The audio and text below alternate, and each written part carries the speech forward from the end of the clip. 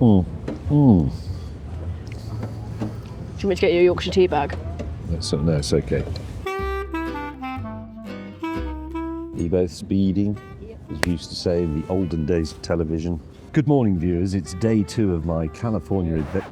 Sorry, this is for Tatty's usually.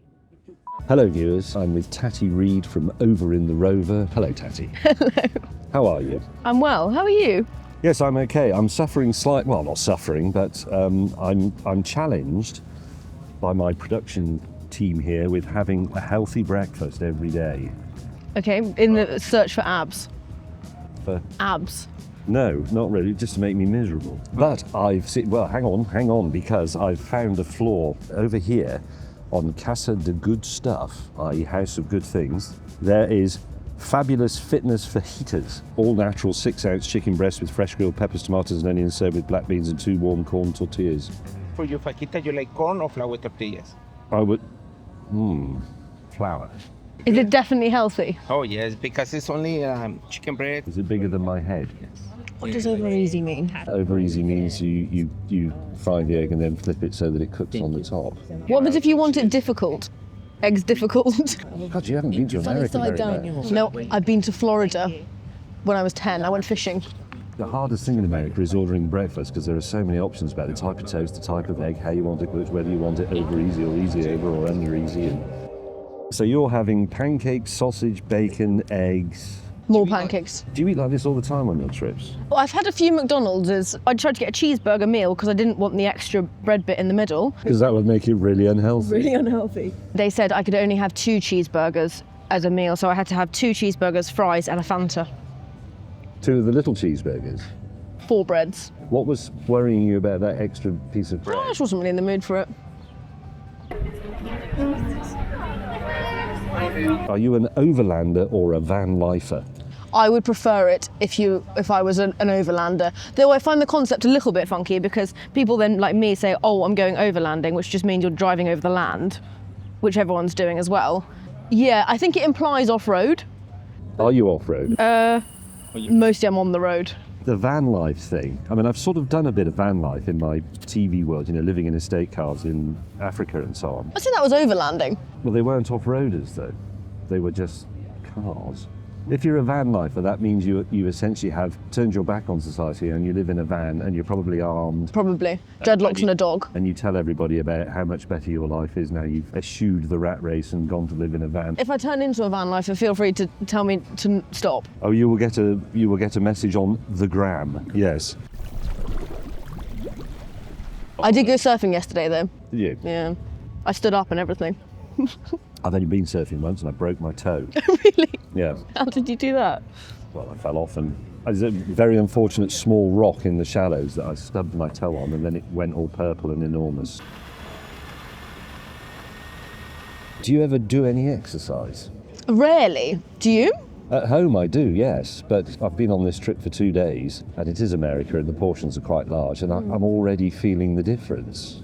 You have the advantage of youth. Our youth is on my youthful side. Metabolism. Yes. Yeah, thanks for reminding me.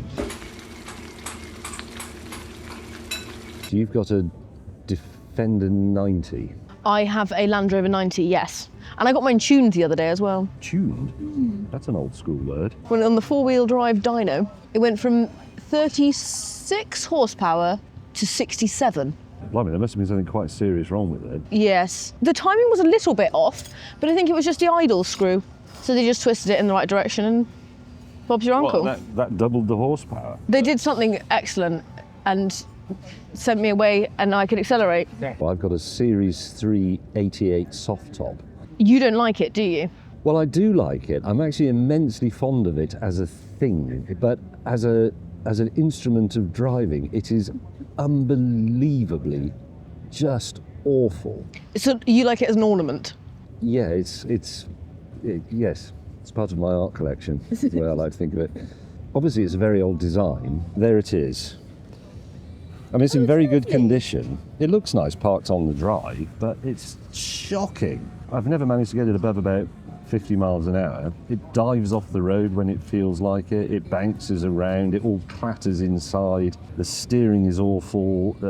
Second gear synchromesh doesn't seem to work, so you have to double declutch on the way down all the time. So it sounds like you really like it. It's horrible.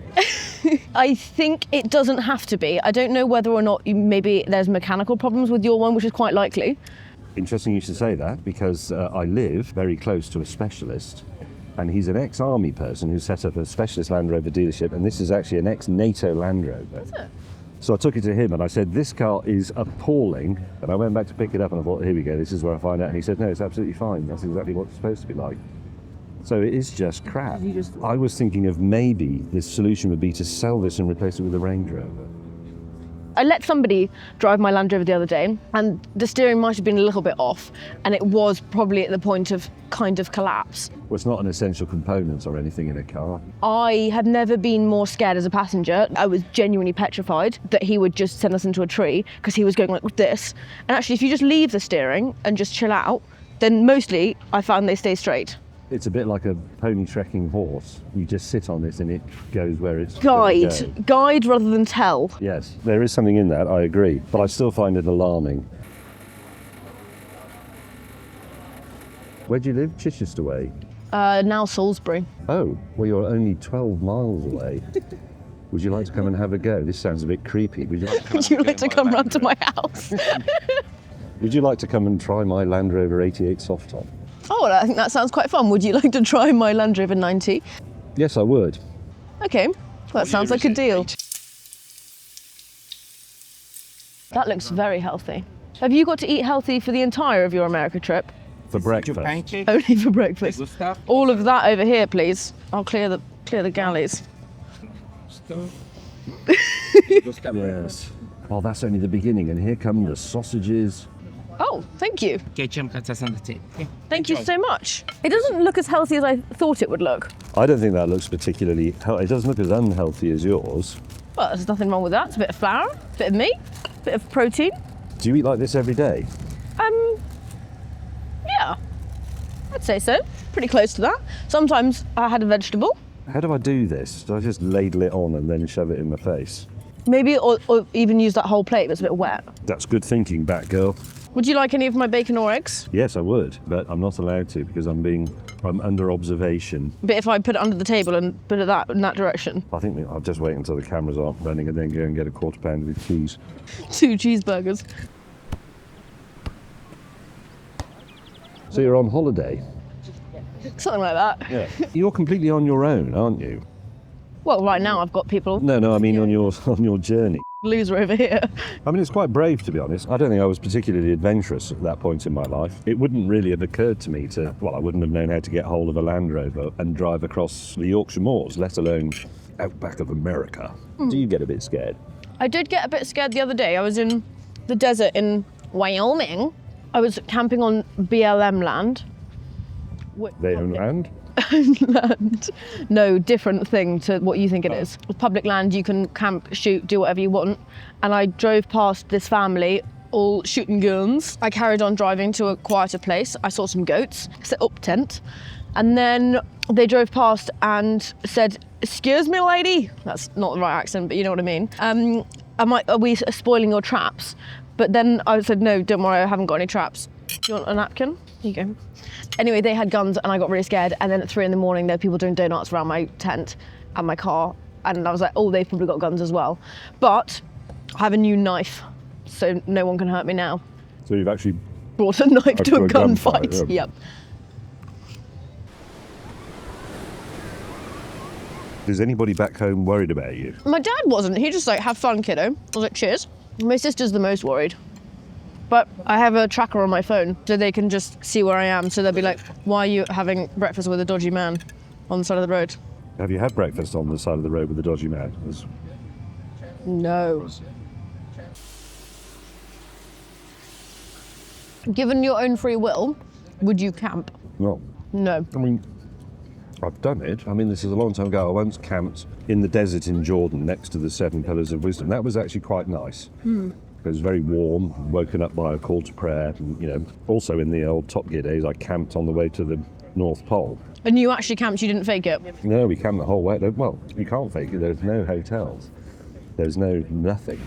If you're in quite a small two-man tent and it's -20 outside, but you keep the door shut and you get the paraffin stove going, You're snuggly. you can actually sit there in your pants quite safely. What do you do about? Washing. Yeah. I bought Yes. a big bag with a nozzle on it and then just wash. I mean, you seem pretty clean at the moment. I did shower this morning. Just for you. You haven't sneaked into any hotels or anything. You do it all in the car or outside the car. Yeah. Or like a river. Last year I did a lot of river washing. Don't tell the environment because soap was involved. Whoopsie-daisy.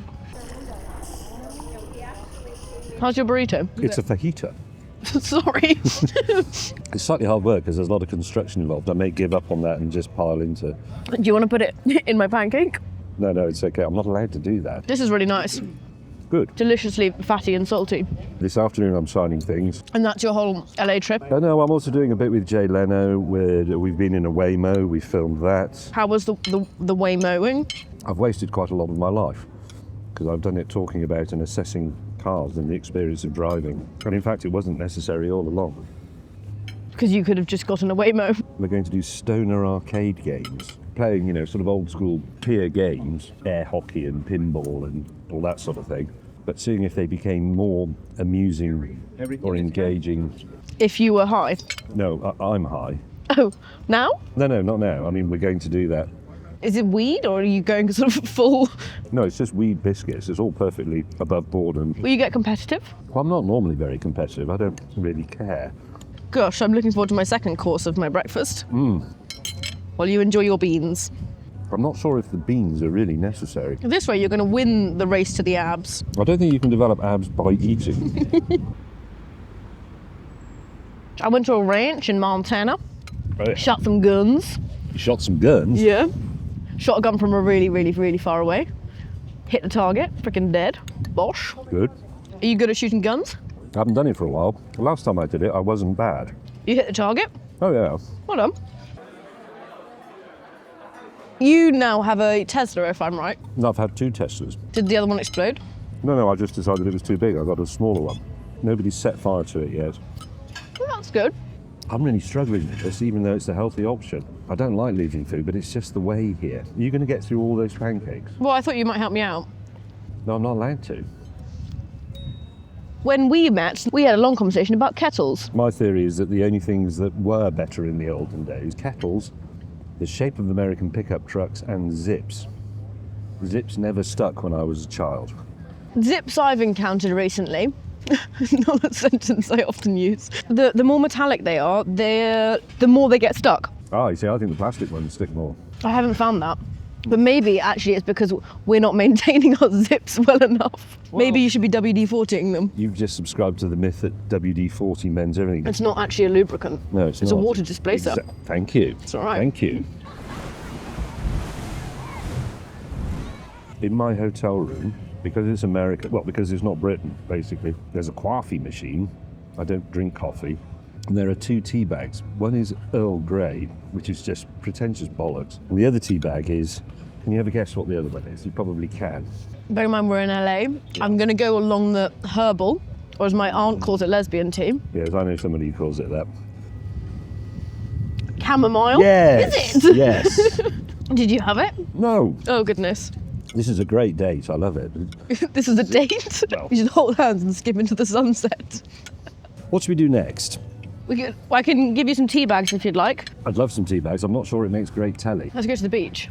Do you know which way is the beach? It's there, where the sea stops.